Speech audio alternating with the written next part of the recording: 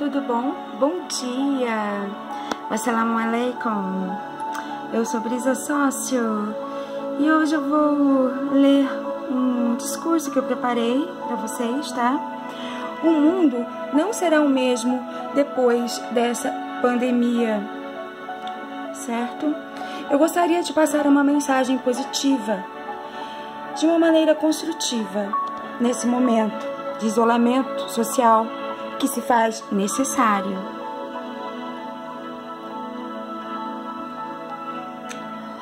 Sabemos que o Brasil, com a corrupção, gasta-se mais de 300 bilhões, mais do que o PIB de muitos países.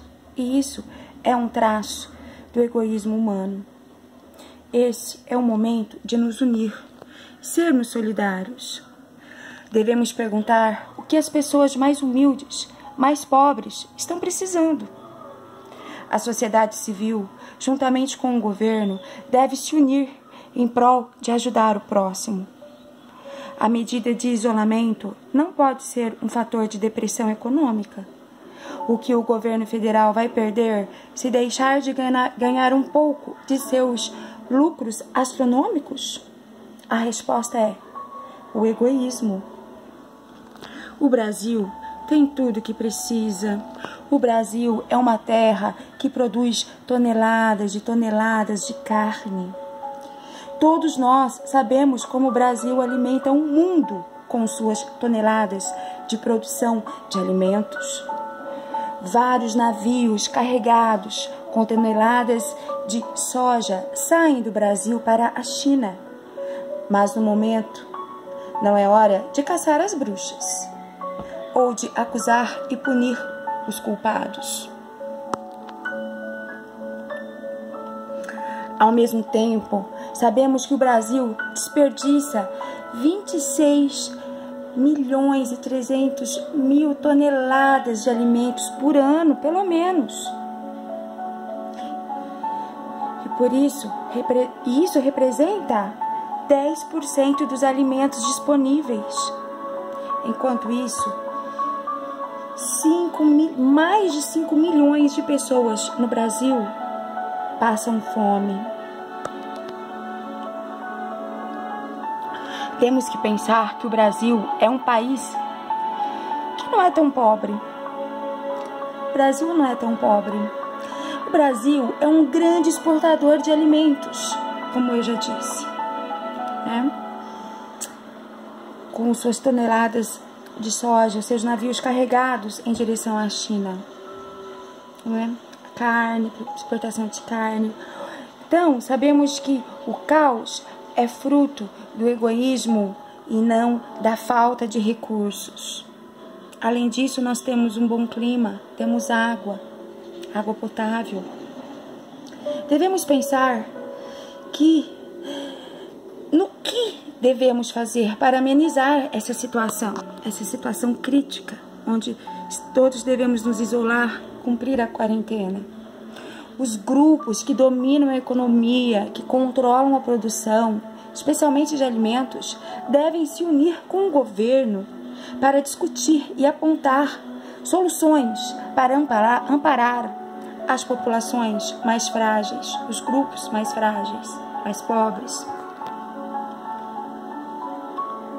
A contenção social deve ser realizada de maneira correta, não vertical, horizontal, para todos. Caso contrário, a pandemia irá se alastrar, a exemplo da cidade de Nova York ou São Francisco, que nos dá a base de como o vírus se comporta. O que acarretará esse isolamento? No Brasil, temos mais de 10 feriados, mais de 16, mais de 15 feriados, né? E ainda disso temos o carnaval. E isso poderia ser muito bem compensado nesses feriados, por exemplo, né? Isso sem mexer no dinheiro do Congresso, né? Que sabemos que é muito.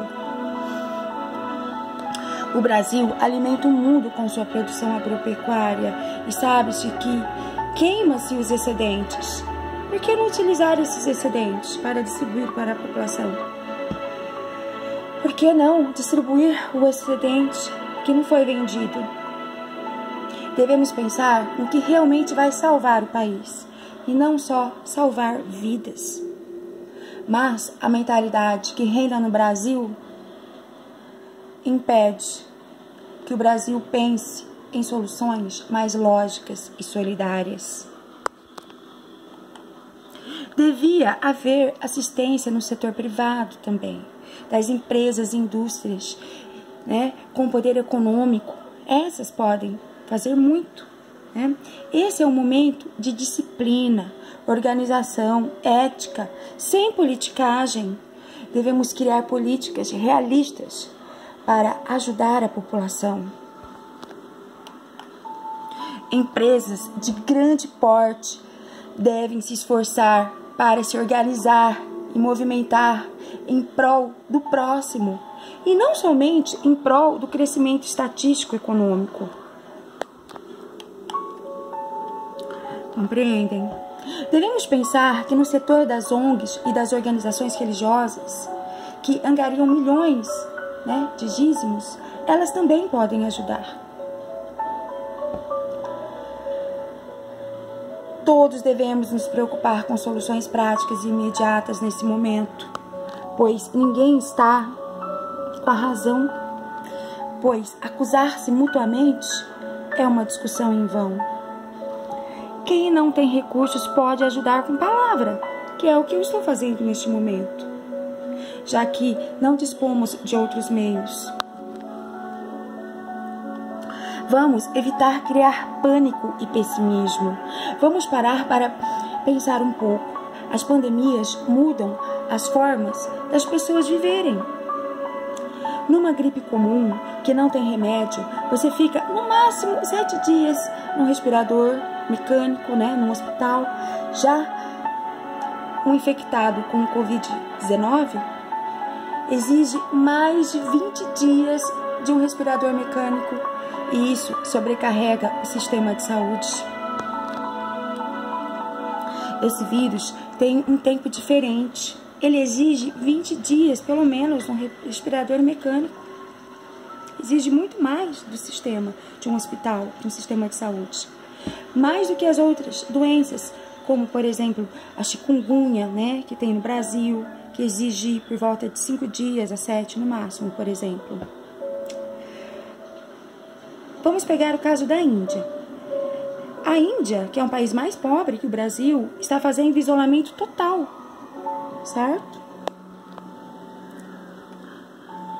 Não devemos nos degladiar nesse momento de crise. Não precisamos de ninguém atacando ninguém. Vamos parar com os ataques pessoais. O período de incubação do ebola, por exemplo, é muito curto. Já o período de incubação do Covid-19 é bem maior. E isso nós devemos pensar também, como eu já disse, pois ele exige muito mais tempo de atenção dos profissionais do sistema de saúde. Por isso, o isolamento é importante para que a doença não se espalhe e congestione o sistema de saúde. Como eu já disse.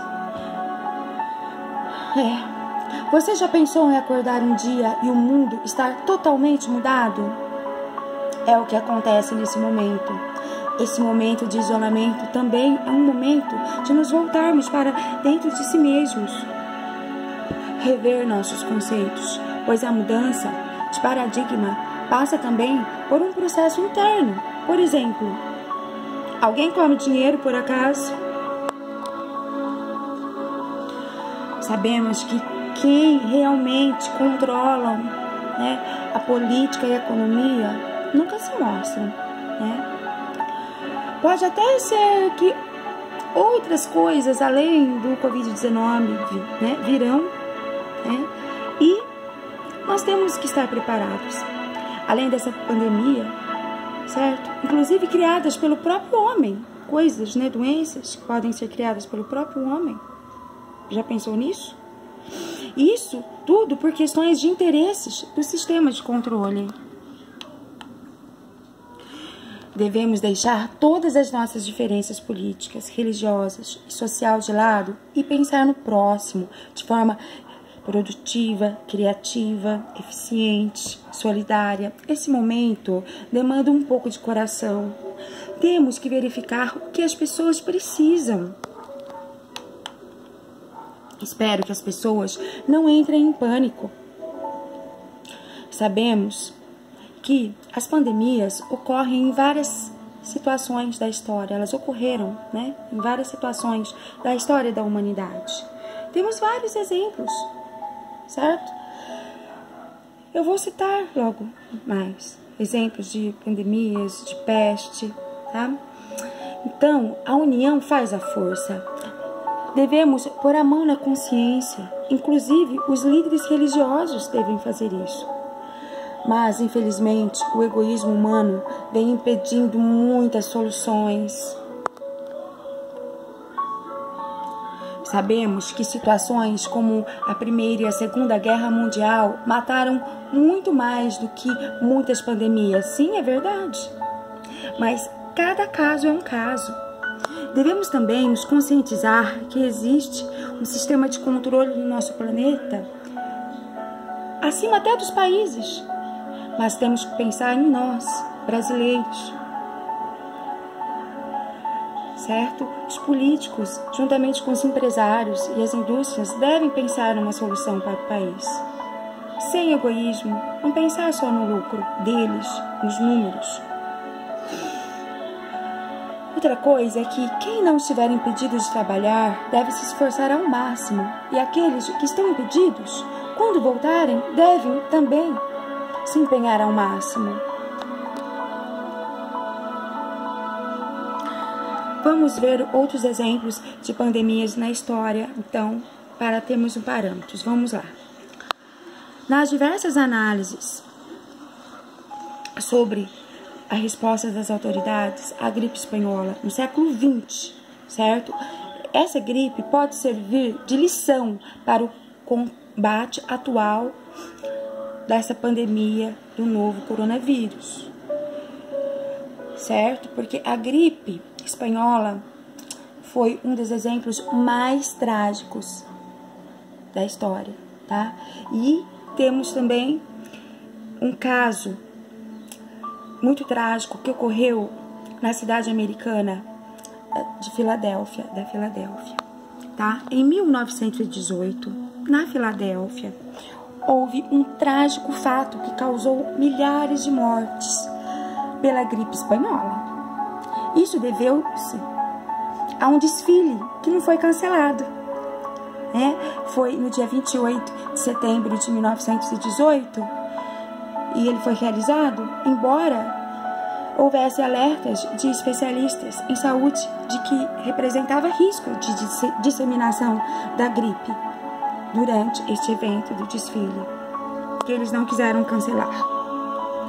Entre 1918 e 1920, a gripe espanhola matou ao menos 50 milhões de pessoas ao redor do mundo. Em cerca de 3 meses, o Covid-19, causado pelo coronavírus, já soma mais de 219 mil casos e 9 mil mortes em mais de 170 países.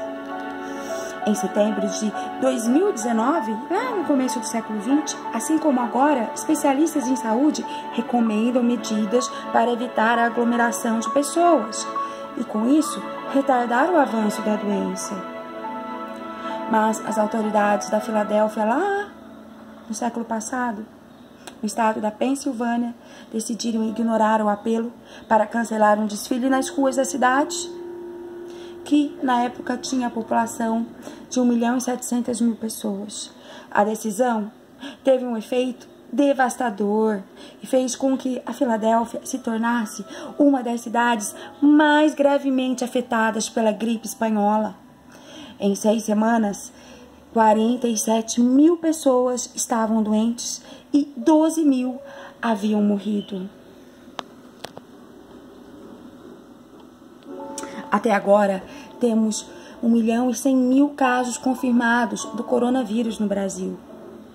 Através de um panorama histórico, sabemos que o mundo passou por várias pestes, certo? Então, esse que eu citei agora, a gripe espanhola, foi uma delas apenas.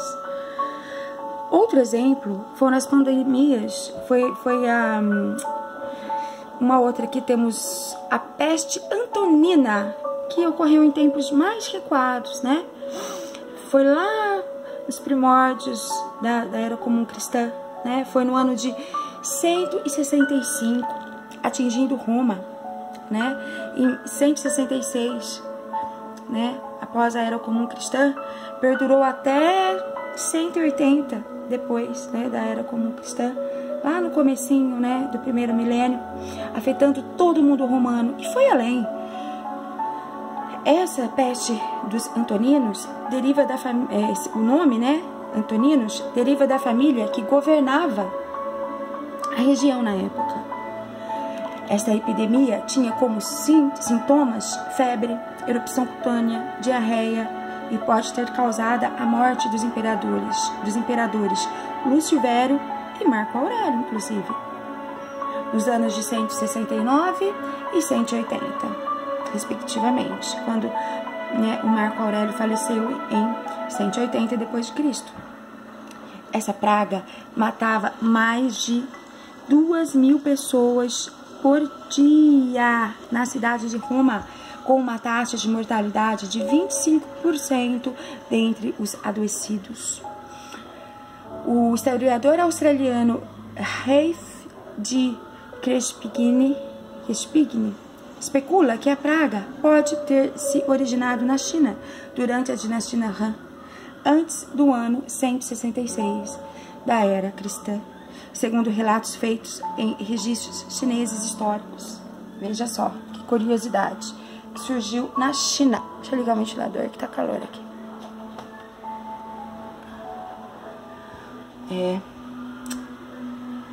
Além dessa, bom, essa também peste antonina, né, segundo relatos feitos em registros chineses, né, ela afetou também, isso, né, tem indícios de que surgiu na China também, assim como essa, né, Covid-19.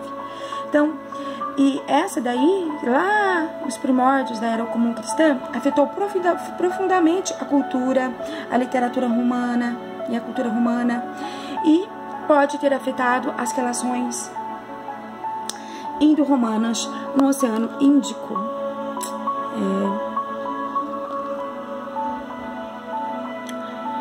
Além dessa, temos outros exemplos, como exemplos de pragas, né? Como a de Justiniano, que foi uma pandemia ocorrida no reinado do imperador Justiniano, que foi em 527 e 565, tá? Depois da Era Comum Cristã, causada pela peste bubônica, que afetou o mundo mediterrâneo com maior incidência no Império Bizantino, entre os anos de 541 e 544, certo? Temos exemplo da peste negra, né, certo? Que em 2 dias já matava, até depois de algumas horas já morria a peste negra.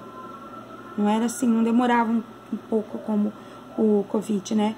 Ela foi uma das mais devastadoras pandemias da história humana, resultando na morte de 75 a 200 milhões de pessoas na Eurásia, tá? Entre a Ásia e a Europa. Somente no continente europeu, estima-se que tenha vitimado pelo menos 1/3 da população em geral, sendo o auge da peste, o auge dela aconteceu entre 1346 e 1353, certo? Então esse é mais um exemplo.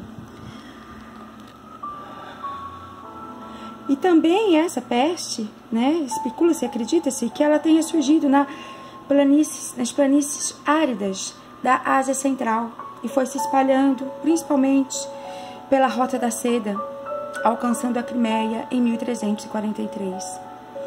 No total, a praga pode ter reduzido a população mundial de em torno de 450 milhões de pessoas para 350, 375 milhões em meados do século XIV. Veja como que a população diminuiu drasticamente. Então, a população humana não retornou aos níveis pré-peste até o século XVII. A peste negra, infectadas por ratos, continuou a aparecer de forma intermitente e em pequenas escalas na Europa, até praticamente desaparecer do continente no começo do século XIX. A peste negra gerou vários impactos e consequências religiosas, sociais, econômicas, afetando drasticamente o curso da história europeia. Estes são exemplos de doenças que mudaram o rumo da história. E teve outros exemplos, que talvez eu faça um vídeo mostrando outros exemplos, né, de pestes, pandemias, epidemias. Então, aí está, né, a minha opinião, um discurso que eu fiz. Olha aqui uma coisa interessante. Sabia que quartos de hotéis são oferecidos para moradores de rua em Londres agora? Atualmente, com o Covid-19, moradores de rua são significativamente mais propensos a ter condições de saúde mais vulneráveis, incluindo problemas respiratórios, tá? Do que a população em geral, porque eles ficam na rua, no relento. E lá em Londres, os quartos de hotéis vagos são oferecidos aos moradores de rua. Será que a cultura no Brasil permite esse tipo de atitudes? Pois é. Espero que esse discurso tenha sido proveitoso, certo? Eu me baseei muito também na fala do Caio, do canal Terra Oculta. Muito obrigado, Caio, por seus esclarecimentos. E eu vou ficando por aqui hoje com esse discurso para vocês refletirem, para que o governo e a sociedade civil, as empresas, as pessoas que têm recursos, podem dispor de recursos, achem uma solução que não seja na base de politicagem e que seja na base da solidariedade, certo? Então, um beijo a todos, assalamu alaikum e até o próximo Momento Leitura. Tchau!